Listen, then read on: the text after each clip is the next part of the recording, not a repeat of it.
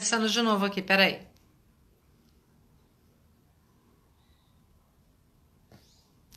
Foi.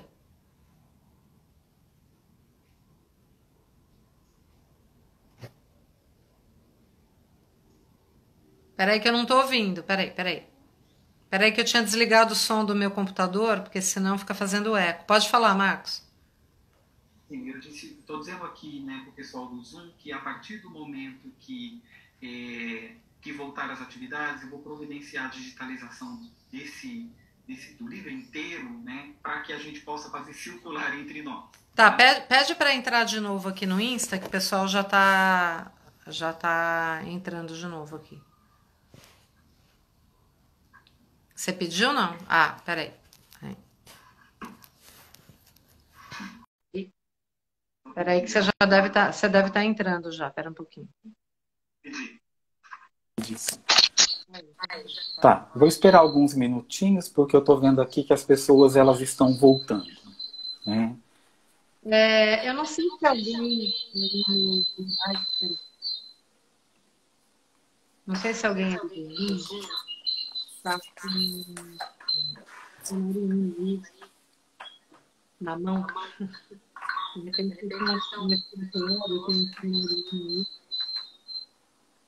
Vocês podiam tirar um print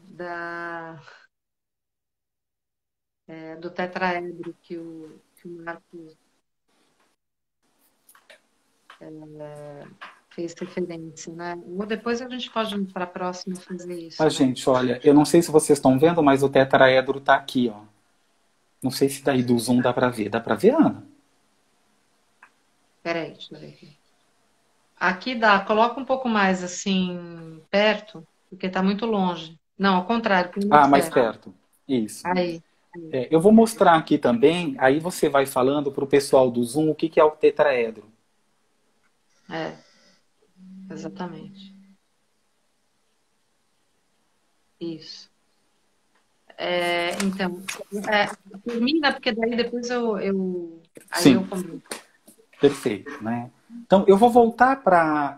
Oi, gente, né? Obrigado por vocês terem voltado aqui. A gente fez uma pausa. Não sei se vocês viram mostrando uma imagem, a imagem do tetraedro, né? Dessa figura topológica mesmo aí da pirâmide. E eu vou voltar, então, novamente para os fragmentos de Antígona, e daí eu passo para a conclusão, né? E aí a palavra volta para Ana, né? Nessa... Né? Bom, nesse trabalho que a gente está fazendo, né? Então, eu vou me deter a...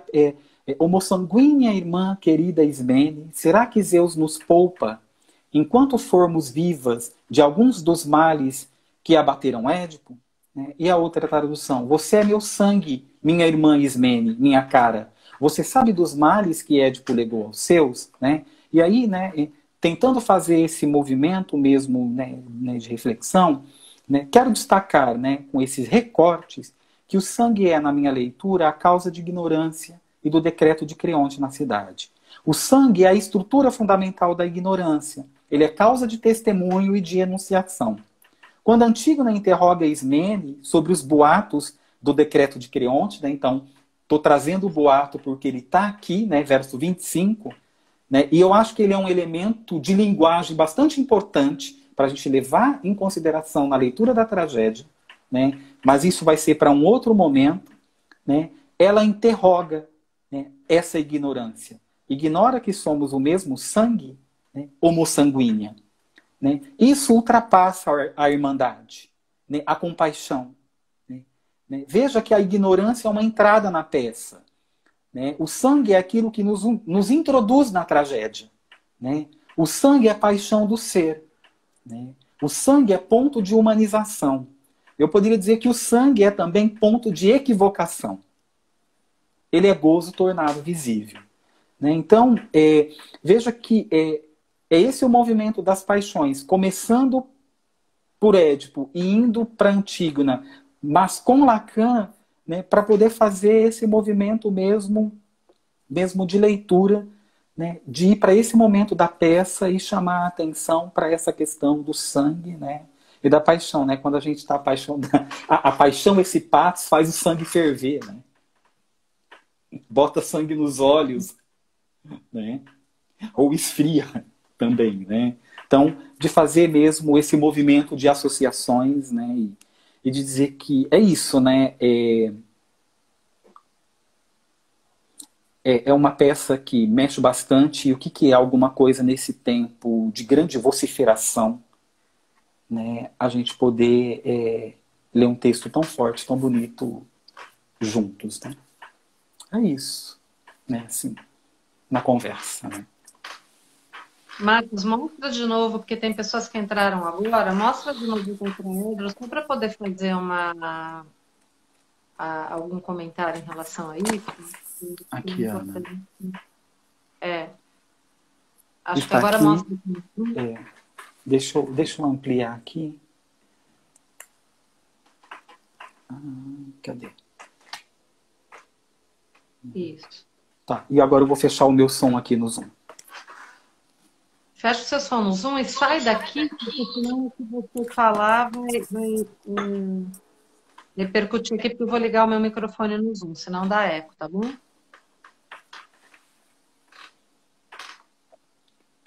Pronto. Marcos, muito obrigada por mais esse belíssimo texto que você produziu e essas articulações todas que você fez. Eu queria indicar um texto também muito interessante a respeito dessa questão, que é um texto do Marcos André Vieira, que se chama O Ser da Paixão, tá? Você consegue escrever para mim? Consigo, Ana. Além disso, não sei se você sabe que ele tem essa publicação aqui também. Sim, Né? sim, exatamente. É que esse texto está bem condensado, né? Eu vou colocar aqui, Marcos André Vieira. Isso. E eu não lembro o nome do texto. Eu já li esse texto, mas eu não lembro o nome. O Ser da Paixão. O Ser da Paixão. O Ser da Paixão. Realmente é um texto muito bom. É muito legal esse texto, inclusive ele retoma justamente esse tetraedro. É interessante essa figura topológica, talvez na próxima a gente possa até tentar pensar na passagem, que eu acho que foi isso que o Marcos deixou indicado, desse tetraedro do Seminário 1 para o Novo Romeano. Porque tem toda uma articulação, não sem a retomada do tetraedro que o Lacan faz no Seminário do Ato Analítico, que tem tudo a ver com essa questão que a gente está tratando aqui, que é a questão do ato, da Antígona, quando ele inclui, né, nessa escrita, nessa formalização, a verdade. Então, não é qualquer coisa, porque a gente sabe que depois essa questão da luta entre o saber e a verdade vão estar no cerne da escrita dos próprios cursos. Então, vejam como as coisas vão se articulando e vão se desdobrando no ensino do Lacan. O que é interessante, por isso que eu pedi para o Marcos mostrar aqui a figura, ela não é exatamente uma pirâmide, porque se vocês pegarem uma pirâmide, a característica da pirâmide é a base ser um quadrado, né? E depois você tem as faces triangulares, né? Mas a base da pirâmide, ela é um quadrado, né? O que é interessante dessa figura é que todas as arestas dela são triângulos. Não é uma base, né, quadricular. Quer dizer, ela tem, vamos dizer, as faces todas, a de baixo e as outras três. Por que ela é um tetraedro, né? Porque são 4 faces triangulares, né? A de baixo e as 3 que compõem a figura. Então, ela é uma figura topológica chamada tetraedro, que o Lacan vai trazer em vários momentos e que não é sem relação com o nobo-romeano. O que é interessante aqui é a gente perceber que já no seminário 1 a gente tem os 3 registros. Evidentemente que as noções de simbólico, imaginário, sobretudo de real, elas vão se modificando ao longo das formalizações que o Lacan vai fazendo. Mas os 3 registros já estão aí. E, mais do que isso, as paixões, elas vão se apresentar nessa figura topológica em torno de um vazio. E o vazio é justamente o ser, né? Então, é justamente isso que a gente está tentando formalizar aqui, quer dizer, essa entrada na linguagem, isso que nos humaniza, que é o nome, a nomeação, produz uma perda de ser, como Lacan chamava à época, uma falta-ser, e é em torno desse vazio do ser que alguma coisa vai poder se realizar, né? Nos 3 registros e, sobretudo, se manifestar, digamos assim, esse ser perdido, ele só vai se realizar nas paixões, né? E aí é muito interessante como o Marcos de Sacco, que a paixão da ignorância esteja justamente aí, nessa interface, né? Entre o real e o simbólico, porque ela vai remeter ao que depois, na escrita do Novo Romeano, vai estar localizado nesse furo justamente entre o real e o simbólico, que é o gozo fálico. Por que que isso é muito importante? Porque do que se trata esse horror ao saber? Para usar um termo que o Lacan vai usar lá na nota aos italianos. O horror ao saber, ele vai dizer que a análise, ela cinge o horror ao saber. Então, o horror ao saber tem a ver com a castração, né? Então, o que nós não queremos saber? Então, Lacan vai dizer assim, não existe nenhum desejo de saber, né? Aquele tal do impulso epistemofílico, que o Freud, em algum momento, chegou a pensar que pudesse existir uma certa pulsão, né, que levaria, digamos assim, a querer saber, né, ele esbarra na paixão da ignorância, ele esbarra no horror ao saber, ele esbarra justamente nisso, em relação a que nós não queremos saber nada, né? E aí eu achei que na verdade, que remete à questão do não há relação sexual, né? A não ser entre gerações, ou seja, a não ser incestuosa, né? Isso eu acho muito importante, porque isso que o Marcos trouxe para a gente recuperar, que é a questão da Jocasta. A Jocasta, ela... Aí eu acho que tem dois aspectos que a gente pode pensar na relação da Antígona com a Jocasta, que eu acho que é uma coisa que a gente poderia realmente parar um pouco para pensar. A Antígona é filha da Jocasta, né? Mas ela é filha justamente desse incesto, né? E isso não é qualquer coisa, porque tem toda uma discussão, todo um debate a respeito se Jocasta sabia ou não para seu filho. Porque se tem alguém que poderia saber, seria ela. Por quê? Porque ela sabia da profecia, né? E aí entra uma outra figura muito interessante, que é a figura do Tiresias, ou da Tiresias, porque ela é a personagem mais trans de todos, né? Então, a Tiresias, né? Ela vem justamente nesse momento, e não é à toa que ela é um cego, né? Porque ela sabe demais, inclusive ela sabe sobre o gozo feminino, né? Então, tem aí essa questão desse saber que remete a esse outro gozo, né? Que é um gozo que, de alguma maneira, é suplementar a esse gozo fálico e vai além da castração, né? Esse gozo suplementar ao gozo possível uma vez que somos castrados, digamos assim, que é o gozo fálico, né?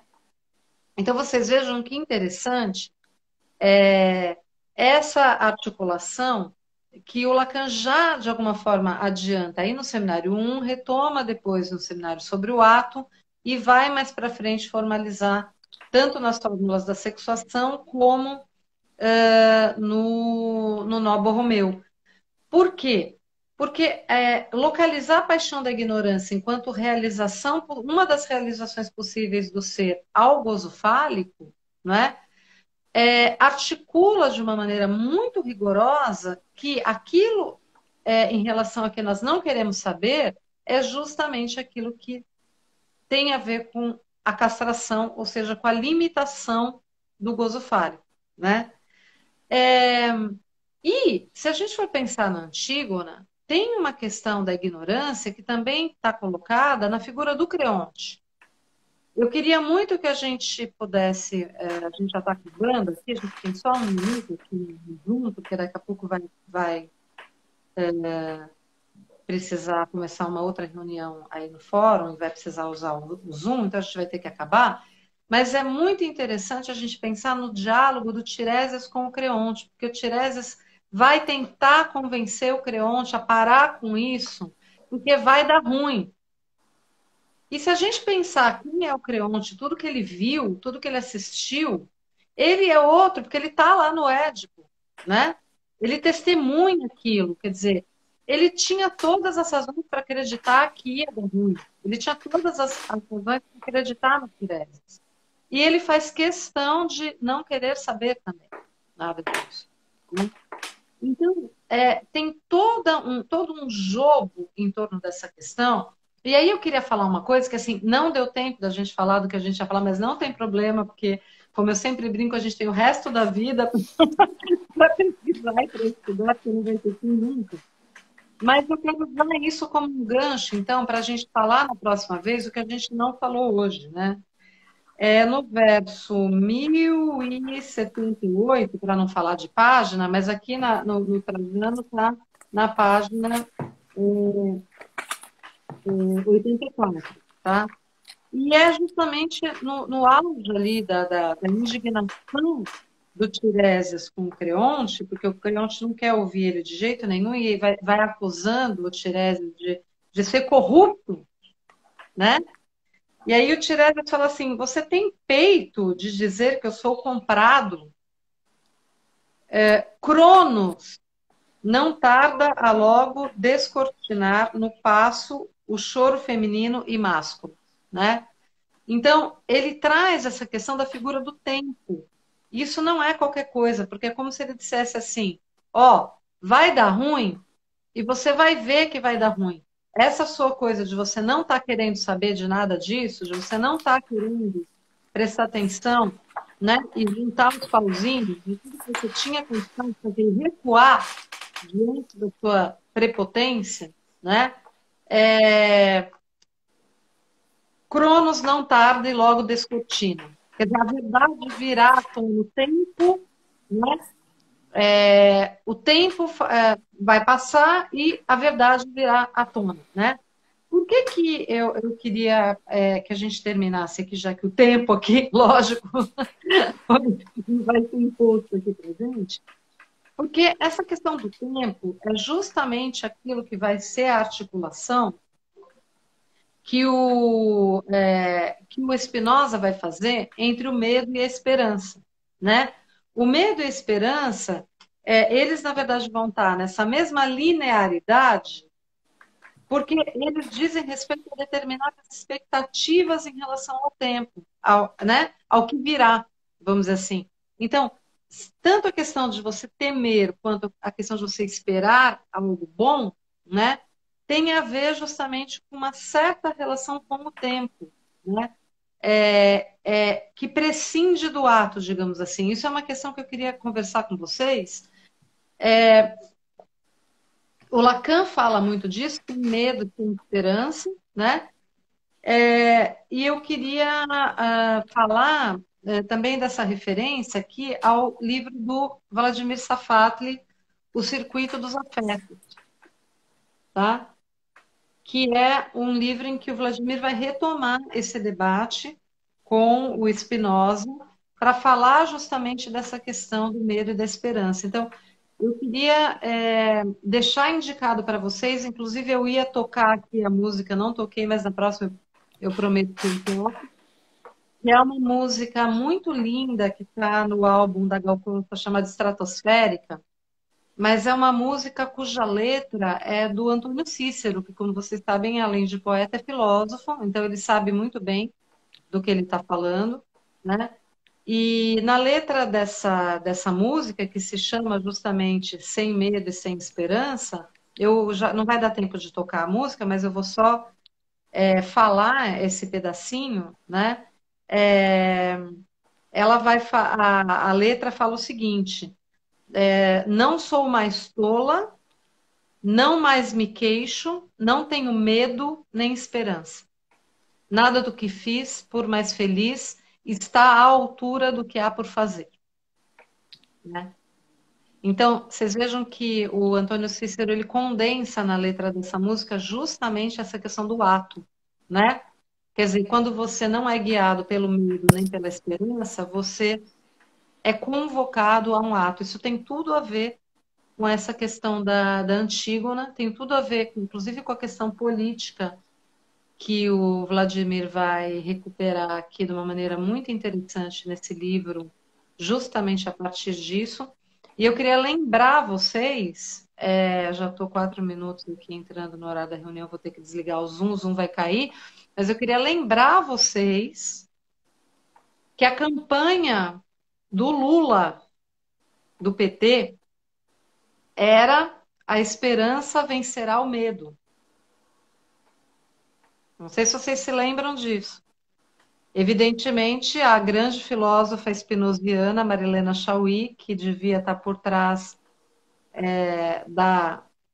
do pensamento intelectual, é a grande intelectual do PT, né? Quem deveria estar por trás dessa campanha deveria certamente ser a Marilena Chauí, colocando essa questão spinoziana da esperança vencer o medo, né? No entanto, talvez nós tenhamos sido muito spinozianos e pouco lacanianos, né?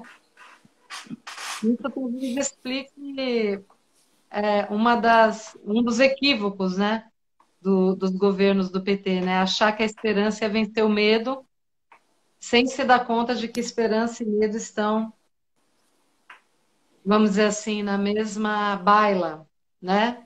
Ou seja, realmente tivemos esperança durante um tempo e agora voltamos ao medo, né? Ou seja, mesma face da moeda, né? Bom, eu deixo isso como provocação, né?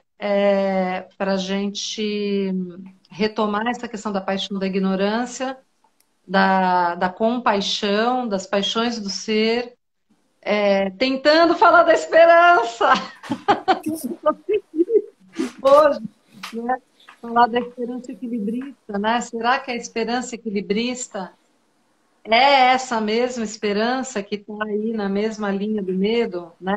Será que a esperança equilibrista é a esperança spinoziana? Ou será que a gente poderia falar de uma esperança lacaniana, né? Uma esperança que está articulada ao ato, né? Ao ato intransigente, lembrando que Lacan era outro intransigente também, que não negociou com a IPA, né? No seminário 11 ele fala muito claramente isso, né? De que ele foi negociado e que ele se recusou a entrar no negócio ali, né? Do fazer a negociação com a IPA, né? Bom, ficamos por aqui. Vamos ligar aqui o Zoom para o pessoal do Fórum poder seguir. Gente, obrigado, viu? Tá? Boa semana. Fiquem em casa. Até mais. Pessoal do Insta, tchau. A gente vai passar as referências Tchau, aí gente. no próximo, Obrigado. tá bom? Vou começar com musiquinha. Mas vocês podem ir ouvindo em casa aí, Sem Medo nem Esperança, do Arthur Nogueira e do Antônio Cícero, cantado pela Gal Costa no álbum Estratosférica. Tchau, Tchau, tchau. gente. Até mais.